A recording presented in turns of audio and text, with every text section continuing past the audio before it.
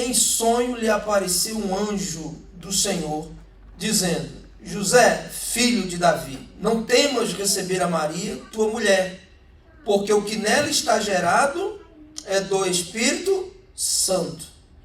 E dará à luz um filho, e chamarás o seu nome Jesus, porque ele salvará o seu povo dos seus pecados. E tudo isto aconteceu para que se cumprisse o que foi dito da parte do Senhor pelo profeta, dizendo: Eis que a virgem conceberá e dará à luz um filho, e chamarão o seu nome Emanuel, que traduzido é Deus conosco. E José, despertando do sono, fez como o anjo do Senhor lhe ordenara, e recebeu a sua mulher. E não a conheceu até que deu à luz seu filho, o primogênito, e pôs-lhe por nome Jesus. Amém? Amém. Bem, então nós já falamos aqui no versículo 18 sobre o nascimento. Falamos não só o versículo, mas palavras, né? Palavras, quase palavras por palavras, porque tem um significado mais contundente. Então, assim, quando nós tivermos algum versículo que palavras chamem a atenção por causa da tradução, por causa do contexto em que ela foi inserida no versículo, então nós vamos falar pausadamente, palavra por palavra também, não só versículo por versículo. Então nós falamos aqui sobre o nascimento de Jesus, o significado da palavra usada para nascimento, né? Na outra aula, que aponta para um nascimento realmente, literalmente físico. Então isso aponta que Jesus de fato nasceu em carne e osso. Nós falamos sobre Jesus Cristo, as palavras, a ênfase que ele dá no versículo 18, né? Quando ele fala que o nascimento de Jesus Cristo foi assim. Então falamos da ênfase que ele dá. Estando Maria desposada, falamos do significado de ela estar dessa forma, desposada, o que significa, o que é desposada dentro da cultura dela, de José, dentro da cultura judaica, né? O significado disso, qual era o posicionamento entre José e Maria naquele então. Falamos que significa aqui prometida, né? Basicamente prometida em casamento. Falamos aqui o ponto 4, antes de se ajuntarem, dois sentidos, né, que existe para isso. Primeiro, antes de terem relacionamento sexual, literalmente falando, e também antes de morarem juntos, debaixo do mesmo teto, em casamento. Então, antes de se ajuntarem, quer dizer essas duas coisas. E letra E, ela foi encontrada grávida do Espírito Santo, né? Ela foi encontrada, concebida pelo Espírito Santo. E nós falamos sobre isso, dizendo que literalmente foi o Espírito Santo que deu formação àquele feto dentro de Maria. O que acontece com a mulher, vocês que já foram mães, aconteceu por causa da semente que o marido deixou dentro de vocês. E aí vem o milagre da vida. Todo nascimento é um milagre, mas esse de Jesus é superior. Aleluia. Por quê? Porque não teve o contato do homem. Aleluia. Quando o evangelista está dizendo que essa gravidez é do Espírito Santo, literalmente o Espírito Santo engravidou a Maria, literalmente o Espírito Santo formou os ossinhos, formou os tecidos, os olhinhos, a boca. Foi o Espírito Santo que fez, não tem a participação do homem, para que ele pudesse ser aquilo que ele estava destinado a ser, 100% homem e 100% Deus. Amém? Amém. E nós falamos sobre isso. Aí nós vamos entrar no versículo 19, não é isso? Nós fechamos o 18 e vamos entrar no versículo 19. no versículo 19. Vamos pegar esse primeiro versículo aqui para a gente pensar um pouco sobre ele. Versículo 19 diz assim: então José, seu marido, sendo justo e não querendo infamá-la, intentou deixá-la secretamente. José, seu marido. Primeiro ponto que eu queria pensar com você: Maria estava desposada com José. No versículo 19 vai dizer que no versículo 18 ela está desposada. No versículo 19 a Bíblia vai chamar ele de marido de Maria. Mas do versículo 18 para o 19, eles casaram? Eles foram literalmente consumar o casamento naqueles dois sentidos, tanto do contato físico quanto de morar embaixo do mesmo teto? Não. E por que a Bíblia está dizendo no versículo 19, você já pensou? No versículo 18 ela é desposada, no 19 já é marido. O porquê disso aí? Vamos aprender ou não? Amém. Essa afirmação aponta para um nível profundo de compromisso que havia no desposamento. Lembra que eu falei do que é desposar? Que tinha até um contrato feito entre famílias, onde era exposto, porque se pagava um dote. Se pagava um dote pela filha.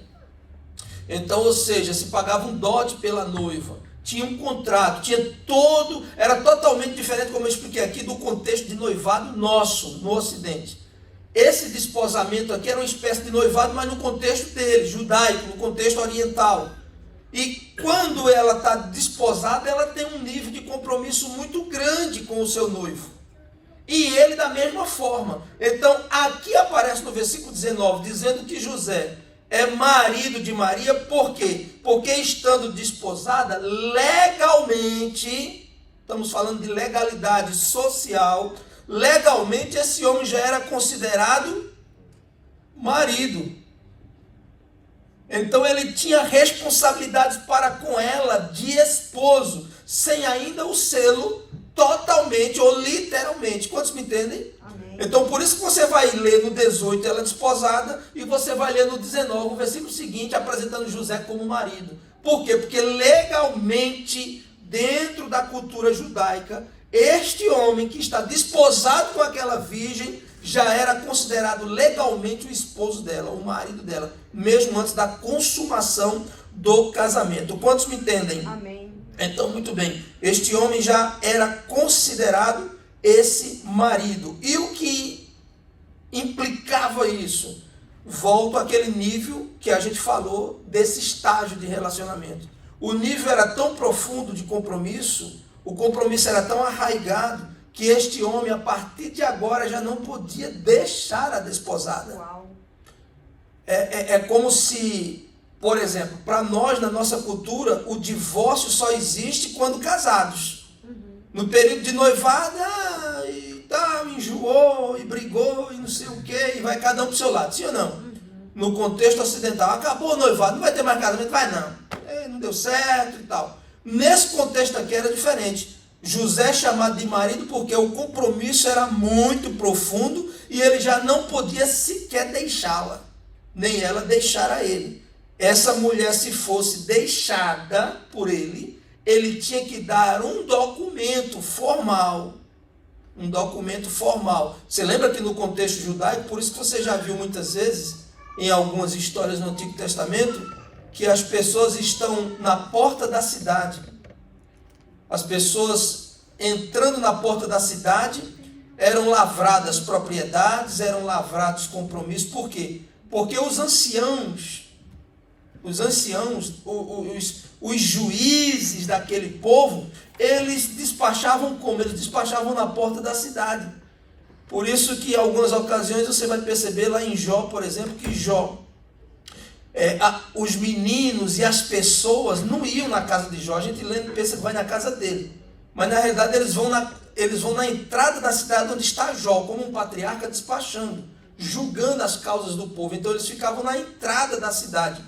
E esse compromisso era tão grande que era lavrado um documento de compromisso, como também se José, no caso de José, desistisse de Maria, ele iria até a entrada da cidade para que ele desse um documento, fizesse um documento lavrado, como se na nossa cultura, em cartório.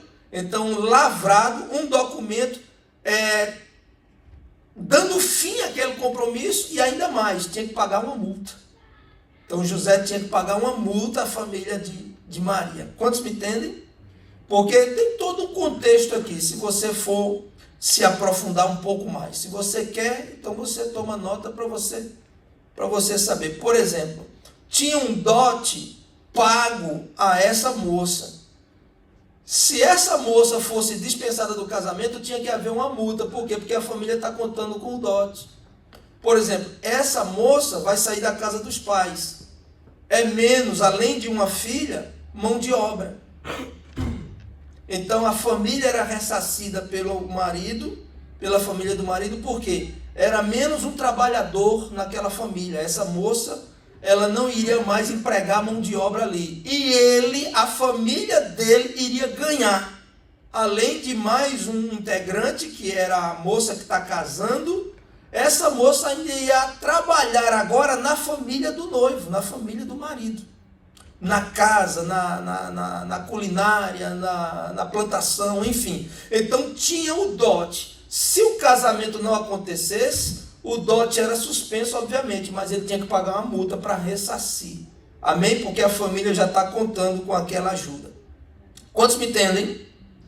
Amém ou não? Amém. Você parece estar meio triste? Ou não? Jesus já alegrou seu coração, né? Glória a Deus. Amém. Muito bem. Então, versículo 19, seu marido, você já entendeu aí por quê? Então, no versículo 18, desposada, e no versículo 19, marido, por quê? Aí está dizendo aqui, versículo 19, ele era justo. Essa palavrinha aqui, justo, no versículo 19. Justo. Como é que ele era justo, se a Bíblia diz que Deus, procurando sobre a terra, não encontrou um justo sequer? Essa palavra justo não é de justificado. No seu contexto original, anote aí. No seu contexto original, essa palavra justo vai querer dizer um homem honrado. Aquilo que nós diríamos na nossa cultura, fulano é um homem sério. Fulano é um homem íntegro. Fulano é um homem honesto. Você já viu aquelas pessoas em que, quando se comenta, não, fulano se falou, pode escrever embaixo. Não, fulano não faria isso porque fulano é uma pessoa séria. Então esse é o contexto de José ser justo. Ele era um homem honrado. Por ele ser um homem honrado, por ele ser um homem de honra, o que é que diz aí adiante? Não querendo infamá-la, ou seja, trazer má fama para Maria. Porque ele tinha esse senso de justiça, porque ele não queria infamar a Maria, ele sendo justo, quis deixá-la secretamente, é o que diz o versículo. Então, sendo justo, ele era um homem honrado. Provavelmente, ao contrário da tradução de Roma, provavelmente, José olhando para Maria e naquela situação, ele se viu traído. Provavelmente ele desconfiou da fidelidade dela. Só que ele era um homem justo, um homem que tinha um senso apurado de justiça. E ele pensava consigo, se eu trago isso à baila, se eu torno isso público, por lei, debaixo da lei que eles viviam, ela poderia ser até apedrejada. Suponho eu, pelo muito amor que ele tinha a ela, ele suspende essa atividade. Ele não quer devolvê-la publicamente, ele não quer romper o compromisso publicamente. Por quê? Porque ela poderia ser apedrejada se sua infidelidade é comprovada. E comprovar que ela continuaria fiel? Ela, sem ter contato com ele, e ele sabe muito bem disso, não teve contato nenhum com ela, aparece grávida e ainda do Espírito Santo. Imagina, você homem aí nessa situação. Como explicar uma coisa dessa? Aí, não, você me traiu, não tem que grávida do Espírito Santo, que conversa é essa? Acabou o nosso casamento, está dispensado, e eu vou devolver você para o seu pai. Se ele faz isso publicamente, por lei, ela poderia ser apedrejada.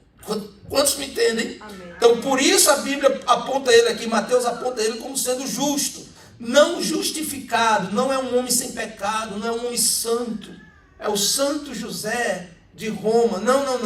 Esse justo aqui é que ele é um homem honrado, um homem sério com senso de justiça. Quantos estão aqui? Amém.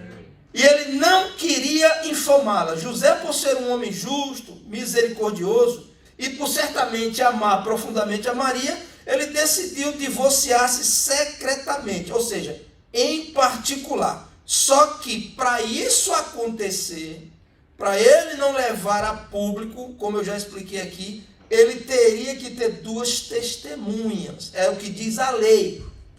A lei de Moisés dizia isso. Ele podia secretamente deixá-la, dar carta de dispensa, está dispensada do compromisso, e com 2 testemunhas. Essas 2 testemunhas acompanhariam a ela e a ele. E nesse processo, as testemunhas iriam firmar um documento em que estão sabendo que ela foi dispensada por infidelidade. E aí ele estava livre do compromisso. Quantos me entendem? Amém. Então ele, não querendo difamá-la, ele planejou deixá-la secretamente. Você pode acompanhar esse processo do fim do compromisso, Deuteronômio 22, versículo 23. Guarde essa referência, porque você estuda ela, para você ver do que estamos falando. Quantos me entenderam? Muito bem. Deuteronômio 22, 23. Uma moça virgem desposada que tivesse um relacionamento com outro homem, que era o caso de Maria, virgem e desposada, estava comprometida, se ela fosse pega tendo um relacionamento com outro homem, ela e esse outro homem, por lei, deveriam ser apedrejados. Então José quer fazer a coisa secretamente. Eu penso que por amor, e a Bíblia já explica também por ele ser justo, um homem honrado, um homem sensato, né? Muito bem. José, mesmo diante de tão duro golpe, resolve não expor o pecado da sua amada, a fim de poupar-lhe a vida. Mesmo que ele devesse deixá-la, resolveu fazê-lo secretamente. E isso aqui aponta para um pequeno detalhe. Quem quer saber? Amém. José estava tentando resolver o problema de Maria. Mas se ela fosse infiel, resolveria? Hã? Não. Então, para que isso aponta aqui? Esse deixar secretamente. Secretamente ele queria deixá-la. Quando a Bíblia diz que ele quer deixá-la secretamente, isso quer dizer o seguinte: aponta, não quer dizer, melhor dizendo, aponta. Aponta para quê? Para os sacrifícios da lei. Sacrifícios da lei que não resolviam o problema do pecado. José, acreditando que Maria pecou contra ele e contra Deus, tenta dar o jeito humano. Isso aponta para a lei, isso aponta para o Éden, isso aponta para Adão cozendo folhas de figueira para cobrir sua nudez. Isso aponta para os vários sacrifícios da lei que não resolveram o problema do pecado. Ou seja, aqui aponta para a lei e os sacrifícios dela que cobriam o pecado. Mas o que vai nascer dela aponta para o que disse João Batista quando viu o fruto. Esse é o Cordeiro de Deus que tira o pecado do mundo. Amém? Amém. Então, essa atitude de José está apontando para o sacrifício humano, ou seja, a tentativa humana de cobrir os seus pecados. Quantos me entendem? Amém. Muito bem. Então ele tentou deixá-la secretamente. Versículo 20. Diz assim: e pensando ele nisto, eis que em sonho lhe apareceu um anjo do Senhor, dizendo: José, filho de Davi, não temas receber a Maria, tua mulher, porque o que nela está gerado é do Espírito Santo. Amém? Então, muito bem. Ele pensando nisto o quê? No que ele está passando. Ele estava pensando, ou seja, isso aponta para que José, quando recebe a notícia, ele vai pensar, o que é que ele vai fazer? Certamente José, por ser um homem temente, estava orando, pedindo uma direção de Deus, para que viesse trazer uma solução a esse problema em que ele está envolvido. A gravidez de uma virgem pelo Espírito Santo. Amém? Então José está pensativo, pensando nisso. Como acreditar na gravidez de uma virgem pelo Espírito Santo? Aí ele começa a pensar, como é que eu explico isso? Como é que eu deixo essa mulher sem tornar público o problema? Porque se torna público, ela vai ser apedrejada. O que é que eu faço? Então ele está pensando nisto. Letra B, do versículo 20. E pensando nisto, eis que em sonho lhe apareceu um anjo. Perceba, eu não sei como está a sua tradução, mas a tradução correta no versículo 20, para esse ponto que estamos lendo, é ok? Tem algumas traduções em português que em Mateus vai aparecer o anjo. Essa tradução está equivocada, porque originalmente se refere a um anjo, não o anjo, porque quando a Bíblia fala o anjo, se refere ao anjo do Senhor, que é o quê? Uma teofania. Quando aparece o anjo do Senhor na Bíblia, o anjo é uma teofania, ou seja, uma personificação do próprio Deus. Deus se personifica. A pessoa de Deus aparece de forma visível. Então esse o anjo é o próprio Deus. Como alguns acreditam, lá na antiga aliança, cada aparição dele era a própria pessoa do Filho, que aparecia como anjo. Por quê? Porque ele é um mistério escondido de Deus. Então ele ainda não foi revelado lá na antiga aliança. Mas a aparição desse anjo do Senhor era o próprio Senhor Jesus, porém ainda não revelado. Só que nesse caso que estamos lendo, o que aparece a José não é o anjo, é um anjo. Amém? E essa palavra lá é essa daqui, ó.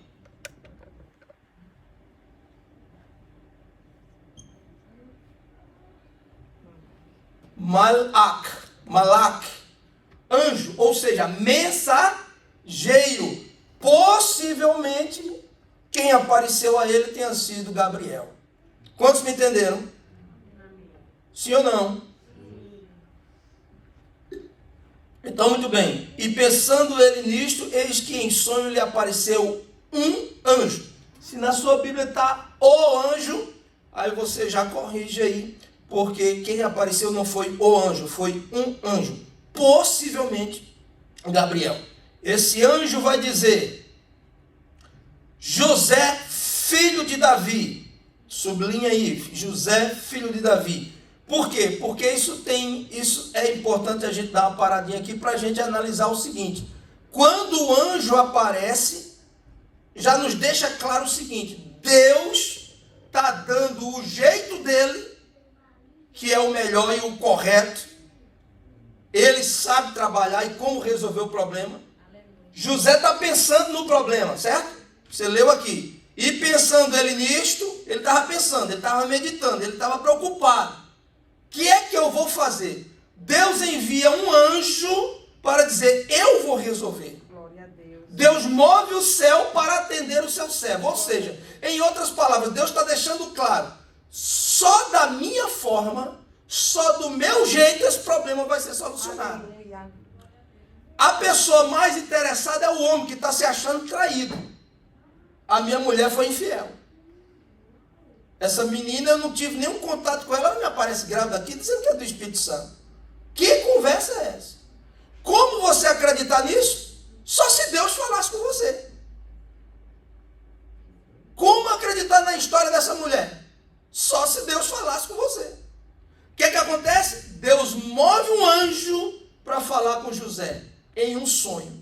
José adormece, num sonho lhe aparece um anjo, possivelmente Gabriel, e esse mensageiro vai dizer para José o que está acontecendo. E ele inicia a sua fala dizendo: José, filho de Davi.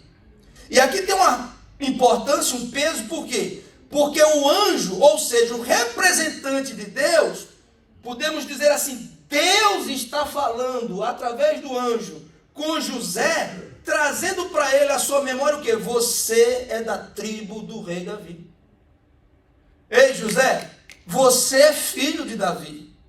Ei, José, pode sim ela estar grávida do Espírito Santo. Ei, José, você é estudioso da lei, você não sabe que é de uma virgem que o Messias vai nascer? Uau. Aleluia. E se ela é virgem e está grávida, ei, José, pode ser ela a geradora do Messias. Glória a Deus. Ei, José, e perfeitamente da sua casa pode sim nascer o Messias. Por quê? Porque você é filho de Davi. Aleluia. Então, quando o anjo se manifesta a José, falando, olha, José é filho de Davi, está trazendo à memória de José que perfeitamente a casa dele pode ter sido a escolhida. Meu Deus. E isso traz uma mensagem para nós. Porque você já viu isso acontecer, por exemplo, na época dos juízes. O que é que Gideão fala? Eu libertar a Israel. Eu sou o menor da minha casa, que é a menor. Uau. Então, apesar de José ser de uma casa pequena, no sentido familiar, apesar de José ser de uma família humilde, um simples carpinteiro, o céu está dizendo para ele nesse então, eu não escolho por posição, eu não escolho por currículo, eu não escolho por tamanho, por conta bancária, não. José, você é filho de Davi, e se você faz parte dessa descendência, José, perfeitamente eu posso te incluir nos meus planos. Glória a Deus. Isso serve para você e para mim. Aleluia. Perfeitamente serve para você e para mim. Ah, mas eu sou lá de Ipatinga, e o que interessa isso a Deus? Tremendo Forte. Jesus. Ai, e como é que você poderia estar pregando a palavra saído lá do sertão de Pernambuco? Deus escolheu. Oh, glória a Deus. Deus escolheu o menor da casa. Aleluia. A pessoa de trás das malhadas, a pessoa mais improvável da família. Aleluia. E Deus levantou para pregar o evangelho. Glória a Deus. Por quê? Porque Deus, ele escolhe por parâmetros e com parâmetros, Aleluia. com conceitos totalmente diferentes Yes. Yes. do ser humano. Quantos estão aqui? Então, José, filho de Davi, sem nenhuma dúvida, o Messias poderia sim sair da casa de José. E Mateus deixa isso bem claro para deixar evidenciado o direito legal que José tem de acolher o Messias e o direito legal que o Messias tem ao trono de Davi. Meu Deus. Amém, queridos? Glória a Deus. Quantos estão aqui? Amém. Muito bem. Vamos lá. Dizendo, José, filho de Davi, não temas receber a Maria, a tua mulher. Não temas. Ou seja, quando ele diz não temas, você percebe que José agora vai mudar a sua posição. Mas esse não temas não só consola José, como também quando José chega a Maria com essa revelação, esse não temas de Deus também vai consolar a ela. Porque aí ela fica segura e ela fica livre da acusação de infidelidade. E ele agora tranquilamente pode receber a Maria como a sua esposa. Quantos estão aqui? Amém. Muito bem. Com isso o Senhor remove qualquer dúvida e suspeita da mente de José, honrando assim a virgem escolhida como mãe do Salvador. José precisava dessa intervenção do céu para que seu coração fosse livre de toda suspeita de infidelidade por parte de Maria. Maria também precisava dessa revelação para que toda suspeita sobre a sua divina gravidez caísse por terra. E assim José pôde recebê-la, amá-la e cuidá-la, sendo o pai adotivo do maior homem que já nasceu de mulher na face da terra. Amém? O Senhor e Salvador Jesus Cristo. Amém? Amém. Não temas. E por que ele diz não temas? Porque o que nela está gerado é do Espírito Santo. Aí nós voltamos àquela primeira parte que nós falamos. É do Espírito Santo. Isso implica dizer que não há participação humana na geração de Jesus. Ele foi gerado Aleluia. totalmente pelo Espírito Santo. Glória a Deus. Não tem a participação do homem. Então, como eu disse aqui, ele como homem teve mãe, mas nunca teve pai. Como Deus, ele tem pai e nunca teve mãe. Por isso essa balela, essa história aí tradicional de mãe de Deus. Deus não tem mãe. Deus é eterno. Aleluia. Deus não tem pai, ele é pai. Amém? Quantos estão aqui? Amém. Então, como Deus, Jesus é filho do Deus Altíssimo. Como homem, ele é filho tão somente de Maria. Você vê que o Mateus deixa isso bem claro no trecho que nós lemos. E ela gerou a Jesus, o primor, é o primeiro dela. Mas quando se refere a Jesus como filho de Deus, ele não é primogênito. Aleluia. Ele é unigênito. Aleluia. Uhul. Glória a Deus. Alguém pegou aí? Amém. Você está com sono. Será? Aleluia. Então, muito bem. Gerado pelo Espírito Santo. Vamos lá. Versículo 21. Vamos avançando. Aleluia. Versículo 21. Você está aprendendo algo? Glória a Deus. Versículo 21. E dará à luz um filho, e chamarás o seu nome Jesus, porque ele salvará o seu povo dos seus pecados. Amém? 21. Chamarás o seu nome Jesus. Perceba, no versículo 21, nós ainda estamos lendo a fala do quê? Do anjo. Muito bem. Então, quem está falando ainda com José no versículo 21? O anjo. Então, você percebe, chamarás o seu nome Jesus. Aqui, um ponto para isso aqui, para a gente entender. Quando o anjo fala com José, na sequência ele vai dizer, olha, recebe ela, porque o que está gerado nela é do Espírito Santo. Esse filho é do Deus Altíssimo. Aleluia. Não é seu, José. Mas recebe ela e recebe ele. E você vai pôr o nome dele como homem, porque Deus não quebra princípio. Uau. Glória a Deus. Vou repetir. Como homem, que tem função dentro do casamento de homem e de mulher. Yes. Uhul! Chegaram ou não? Amém. E os homens tudo se escondendo atrás da cadeira, ainda bem que não está sendo filmado. Então, dentro do casamento, o homem tem funções, como sacerdote do lar. E a mulher também. Yes. Então, o anjo fala com ele. Chamarás o nome dele?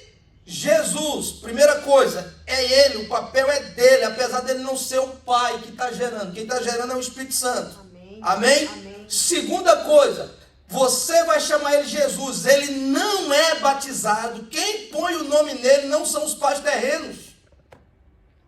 O nome dele está sendo dado pelo céu. Uau. Aleluia. É o anjo que está dizendo no versículo 21, você vai chamar ele de Jesus. Você não tem escolha. Esse menino que dela será nascido, que será gerado nela, esse menino já tem um propósito definido, e esse propósito está revelado no nome. O nome foi dado pelo pai.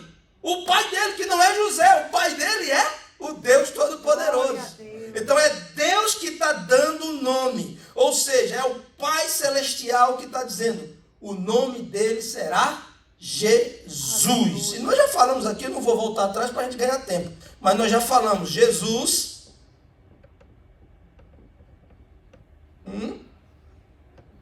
é aquela forma antiga de Josué, Yeshua, ou Yehoshua, que depois se abreviou para Yeshua. Então, esse Jesus, ele tem um significado. Qual é o significado?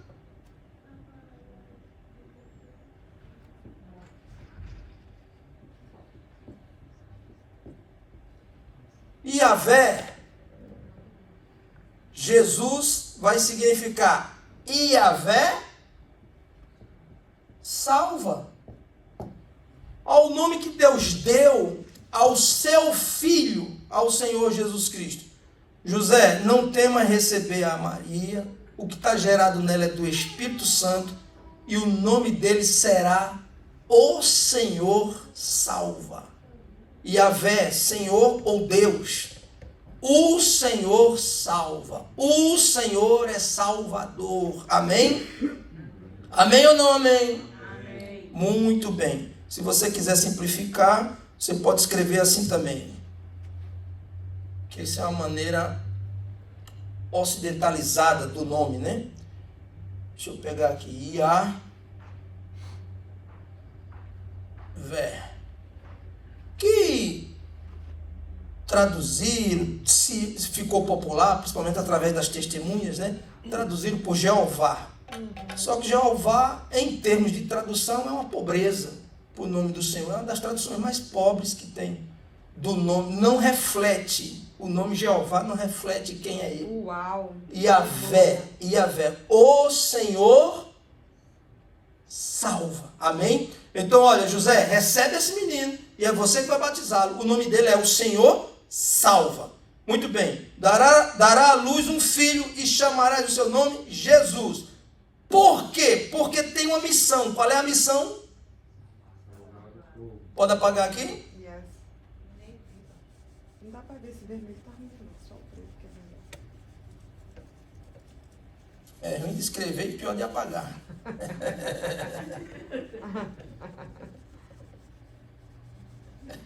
Porque esse quadro tá bom não. Tem que ter melhor. Mas vai dar certo. Vai. Amém? Amém. Então, no versículo 21, a sequência é, você vai pôr o nome dele de Jesus, você já aprendeu, porque ele salvará o seu povo dos seus pecados. Tem uma missão. E a missão está revelada no nome. O nome dele é Salvador. Amém? Amém? É o Senhor que salva. Quem salva é o quê? Salvador. Então o anjo, o céu está dizendo, José, o teu filho, que você vai receber como filho, vai se chamar o Salvador. O Senhor salva. E por que isso? Porque ele tem uma missão especial. Qual é a missão dele? Salvar o seu povo dos seus pecados. Veja lá. Versículo 21. Salvar o seu povo. Então, primeiro, fica claro que Jesus veio para ovelhas perdidas da casa de Israel. Aleluia. Amém? Esse povo aqui é o povo dele e o povo de José, o povo judeu. Só que depois isso aqui foi estendido. Glória a Deus! Glória a Deus. Porque esse Senhor que nasceu de Maria, que é o Senhor que salva, o nosso Salvador, foi mandado para o seu povo. Aleluia. Mas depois isso se estendeu e não ficou só no meio do seu povo. Se estendeu para todo aquele que Aleluia. nele crê. Glória a Deus. Amém? Amém. E aí estamos incluídos você e eu. Então, a salvação de Jesus, ao contrário do que creem aqueles judeus mais ortodoxos, não é só para o judeu. A salvação é para o mundo, mas vem do judeu. A salvação vem dos judeus, mas é para o mundo todo. E isso está claro desde toda a extensão da Bíblia. Isso é claro. Porém, o entendimento foi cegado. Por exemplo, desde Abraão. Em Abraão tem uma promessa: serão abençoadas todas as famílias de Israel. Amém?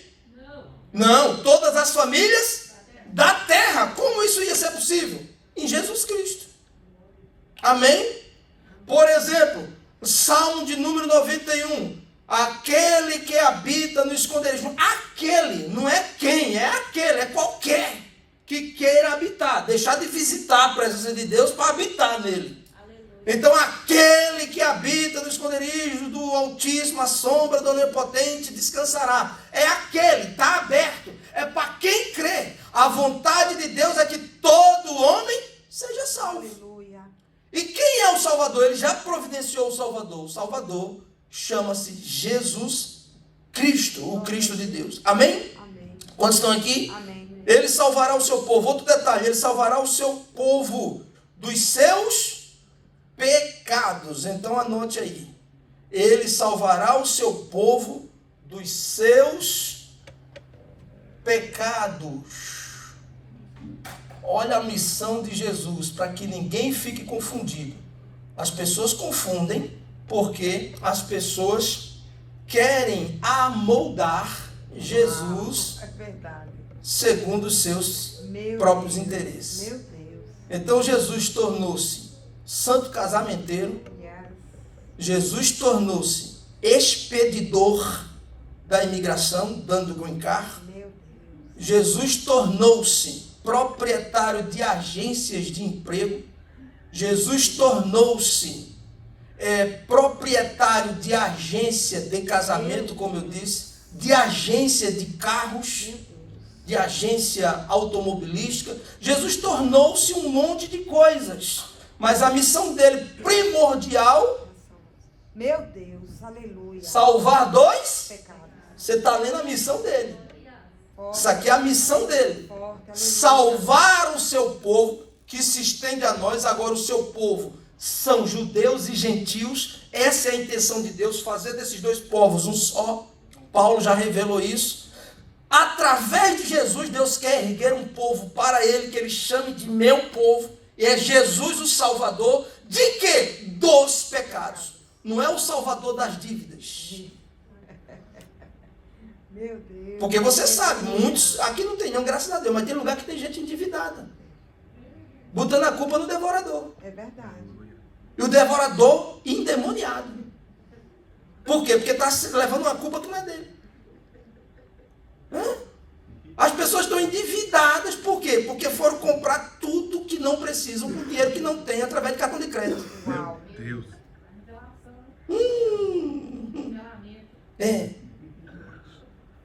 Não precisam, mas compram. Por quê? Porque, inclusive, vem aí, viu? Vem aí. E pode ser muito black mesmo para alguns. A sexta-feira vem aí. E pode ser muito black para alguns. Então, ele veio salvar a gente dos pecados. Essa é a missão dele. Primordialmente, em primeiro lugar, Jesus não veio para o social. Yes. Deus não enviou Jesus com a missão social, em primeiro lugar. Em primeiro lugar, Deus não enviou Jesus com a missão política. Meu Deus. Deus não enviou Jesus com a missão física. Meu Deus. Primeiro, anote, sobretudo, espiritual e moral. A missão dele é salvar dos pecados. Isso tem a ver com espiritual e com moralidade. Desde lá atrás que você vê que Deus já nem suportava mais aspirar o cheiro da humanidade. Vem dilúvio, fora outras coisas e sentenças que Deus já deu. Por quê? Por causa dos pecados do povo. Precisava-se de um Salvador. Para salvar de quê? Dos pecados. Por isso que as pessoas, a princípio, inclusive próprios discípulos, pensavam num reino diferente. Que ele veio falar do reino de Deus. Aí pensavam que o reino seria político, que o reino seria social. A princípio não era. A princípio a instalação do reino de Deus é uma mudança de governo. Aleluia. Porque o que é o reino de Deus? É o governo de Deus instalado em nós. Yes. Então, a princípio, é uma mudança de mentalidade. É quem governa. Meu Deus. Quem governa. E por isso, às vezes, a gente se confunde muito. Porque nós crescemos com a mentalidade de ser crente para ir para o céu. Uhum. Desde as primeiras orações, Jesus já ensinou. Venha a nós o teu, Reino. venha para cá, não é a gente ir para lá. Yes. Porque tudo que a gente quer é essa mensagem, essa visão escapista. Né? Eu quero, eu não vejo a hora de descansar. Como se a eternidade fosse um albergue da quinta idade. Não! Jesus está realmente querendo salvar para mudar o povo, a mentalidade. E dentro desse povo agora está instalado o governo de Deus. Aonde? Aqui. Aleluia. Daí vem o milênio, que isso é outro assunto, a gente não vai entrar nele agora. Mas vamos falar bastante disso. Imagina quando chegar Mateus 24, hein, para a gente discutir aqui. Vai ser top. Amém, queridos? Quantos me entenderam? Então a intenção ou a missão, olha, não se preocupa, José, recebe ele e você vai batizá-lo. Põe o nome dele de Jesus. O Senhor salva. O Salvador. Teu filho será o Salvador. Por quê? Porque ele vai salvar o seu povo. que depois está incluída a igreja. Aleluia. Aleluia. O povo não gostou da salvação, não. Vou dizer de novo. Está incluída a igreja nesse povo. Amém. Amém. Então, ou seja, o Salvador salvará o seu povo dos seus, Pecados. um detalhe, dos seus pecados, não nos pecados. Eu vou repetir. Uau. Dos seus pecados, não nos Uau. pecados. Então ele vai resgatar a gente da velha vida errada, não na vida errada. A gente precisa tomar uma atitude. Yes. A graça nos basta para a salvação, mas é mediante a fé. Quem entra com a graça? Quem entra com a graça? E quem entra com a fé? Então não é Deus que faz tudo, tá, gente? É uma parceria, né? Tem a participação do homem na salvação. Yes. Não em termos de fazer qualquer coisa para ser salvo, que ele não tem essa condição. Mas ele tem que, pelo menos, crer.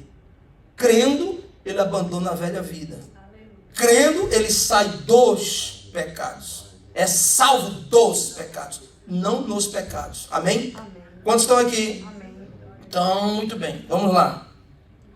Então, o seu nome será chamado Jesus. Ele veio salvar o homem do pecado e não no pecado.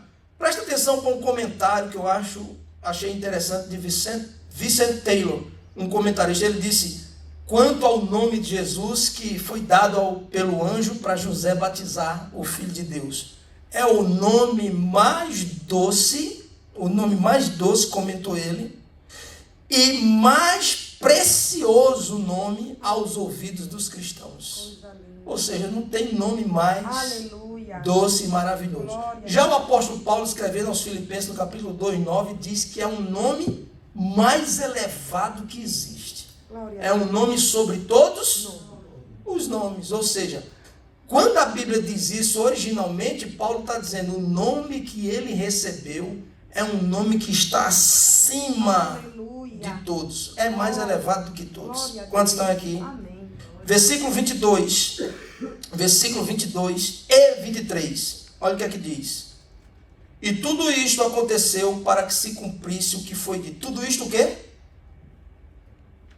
A gravidez, não é isso que estamos falando? O nascimento de Jesus, a gravidez milagrosa. Mais milagrosa do que a sua. Que a sua já é um milagre. Mas uma mulher gerar uma vida dentro dela. Já é um milagre. Todo nascimento, toda vida é um milagre. Agora imagina a dele.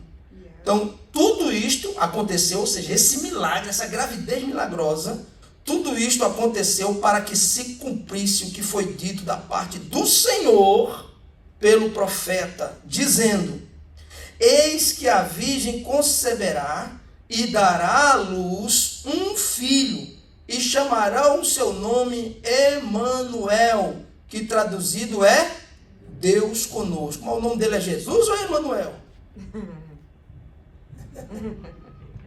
Bota o nome dele de Jesus. Aí agora está dizendo que o nome dele é Emanuel. Só que Emanuel aqui, irmãos, aparece, principalmente para nós em português, como um nome próprio. Mas não é um nome próprio.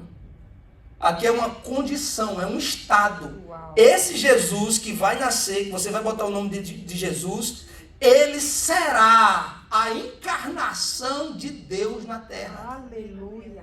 Então, Emanuel, nós usamos como nome, né, próprio. Mas aqui, na realidade, é mais ou menos isso aqui. Ó. Deixa eu escrever aqui para você. Na realidade, são basicamente duas palavrinhas em hebraico. Uma é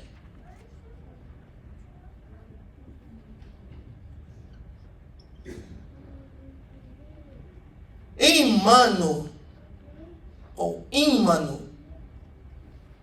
Essa é a primeira. A segunda é essa.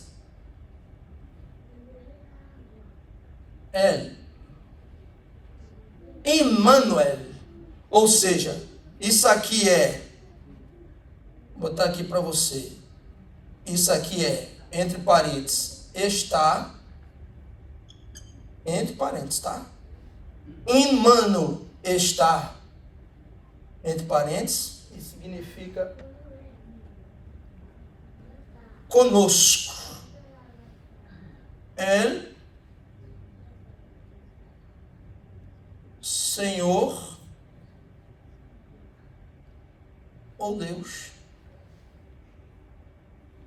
Amém? Então, ele vai dizer aqui: eis que a virgem conceberá e dará à luz a um filho, e chamarão o seu nome de Emanuel, que traduzido é Deus conosco. Veja, como é que ele vai ser chamado? Jesus. Mas esse Jesus será conhecido, chamado aqui é conhecido. Como é que ele vai ser conhecido? Deus entre nós. Aleluia. Sim. Aleluia. Ou seja, isso aqui é corroborado, João concorda com isso, no Evangelho capítulo 1, versículo 1. Abra e leia, rapidão aí, por favor.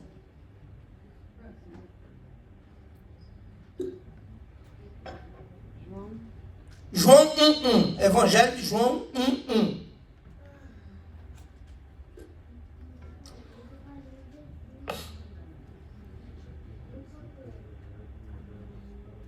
No princípio era a palavra, e a palavra estava com Deus, e a palavra era Deus. Amém? E a palavra era? Então Jesus é? Deus. Versículo 14.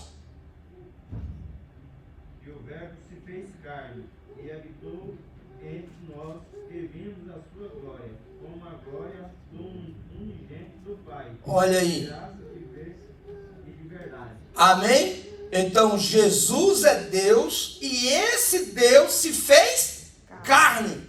Emmanuel, Deus conosco, ou seja, é Deus encarnado. Esse é Jesus. Ele será conhecido, ou chamado, como está aí na sua Bíblia, ele será conhecido por Emmanuel, ou seja, Deus encarnado, ou a personificação, a visibilidade do Deus invisível. Amém? Então, ou seja, o Deus que é Espírito, em Jesus, ele se faz carne. Aleluia. Para morrer na cruz e nos salvar. Versículo 22, ele diz: e tudo isto aconteceu para que se cumprisse o que foi dito da parte do Senhor pelo profeta, dizendo. Versículo 22, isso é importante você saber, por quê? Uma das características fortes do Evangelho segundo Mateus é essa: ele é um dos que mais cita as profecias da antiga aliança.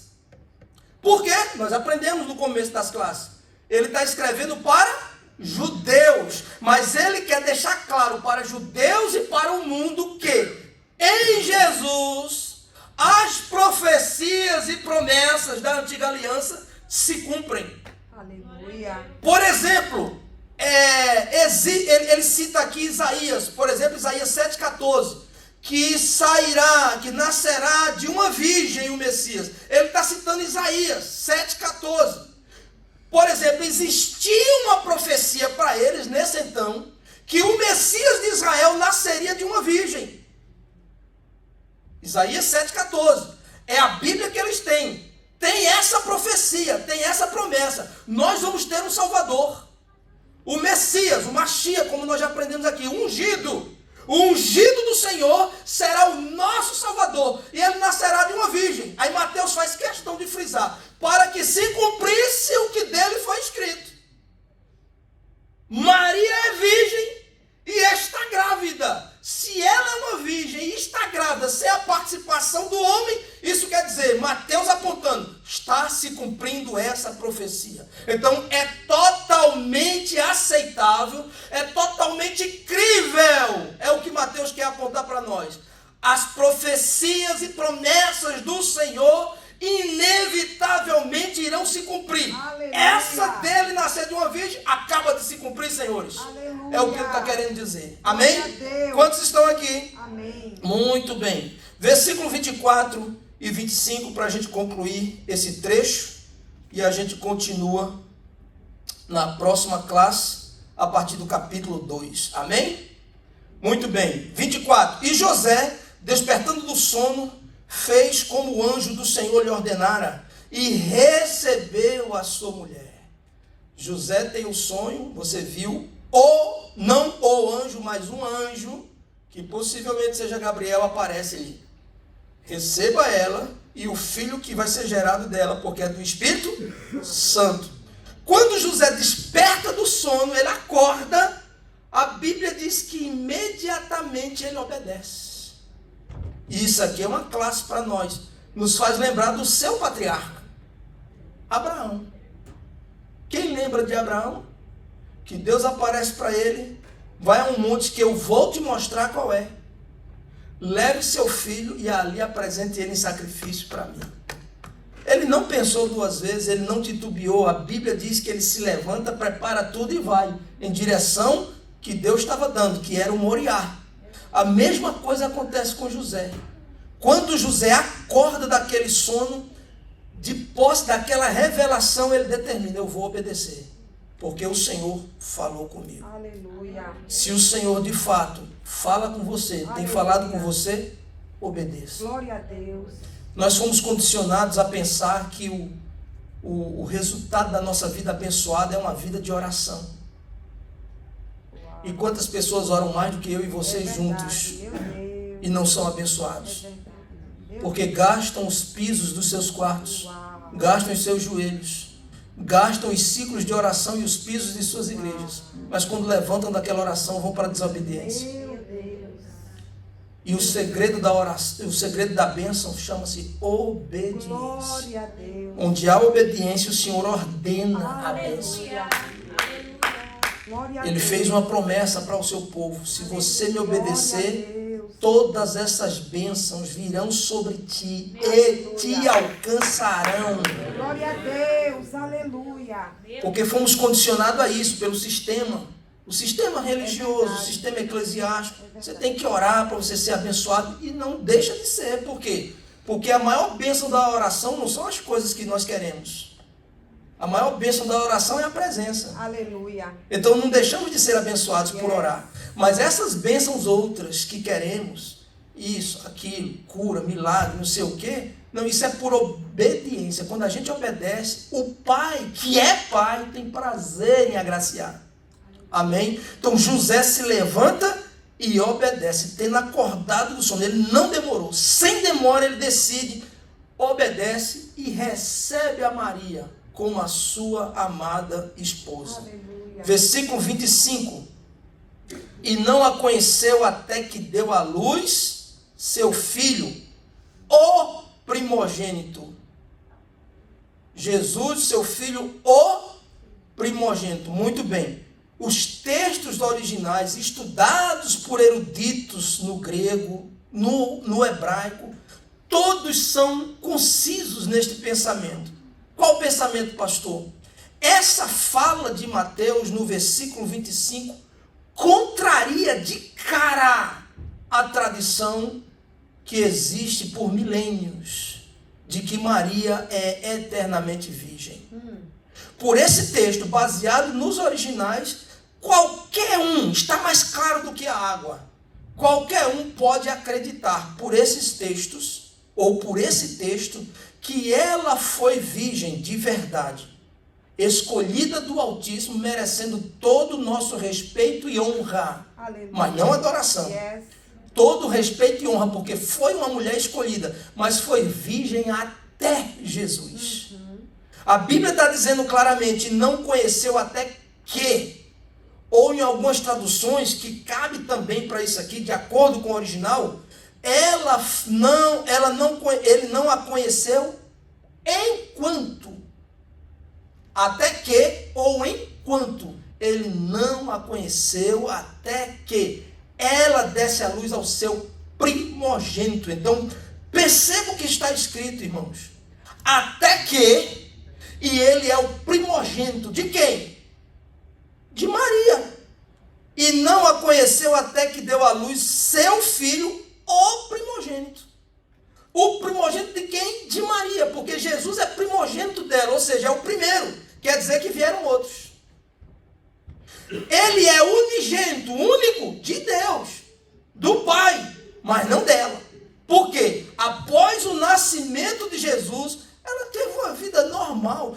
Agora, me espanta essa tradição se sustentar até hoje e as pessoas até brigarem por causa disso, como se Maria tivesse uma vida de pecado depois de Jesus. Se ela era casada com José, qual é o pecado dela ter outros filhos?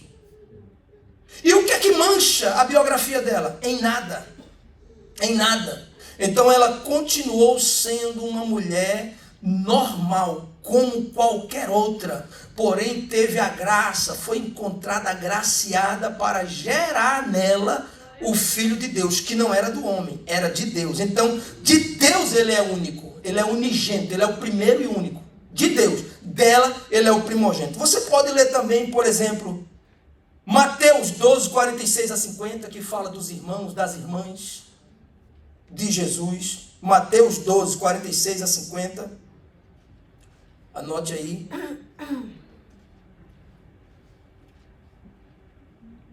Mateus 13, do 54 ao 56.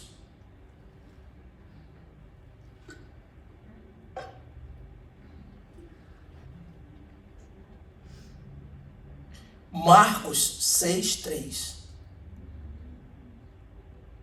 Amém? Mateus 12, 46 a 50. Mateus 13, 54 ao 56. E Marcos 6, 3. Vai falar essas passagens dos irmãos de Jesus. Agora, o que a tradição romana vai dizer? Que nós entendemos errado. Que esses irmãos aí, na realidade, a Bíblia está falando de primos. Mas a mesma tradição romana chama João Batista de primo de Jesus. Por que não chama irmão? Meu Deus, verdade. Uhul. Então você perceba que as pessoas estão enganadas por milênios. Porque querem. Porque está mais claro do que a água. Então assim, defender a virgindade eterna, a imaculada conceição de Jesus e ela ser virgem eternamente e ser mãe de Deus, além de heresia das brabas, é um insulto à nossa inteligência. Porque Jesus, apesar de ser gerado sobrenaturalmente, nasceu, como nós vimos a palavra aqui em grego, naturalmente. Então ela não pode ser mais virgem. Depois ela teve outros filhos. Agora, qual é a principal mensagem desse bloco de versículos que lemos? Duas mensagens principais para a gente concluir. Anote aí. A primeira, duas mensagens. É que ele é chamado de Emanuel. Deus veio estar conosco. Oh, aleluia. Glória a Deus. A mensagem de esperança.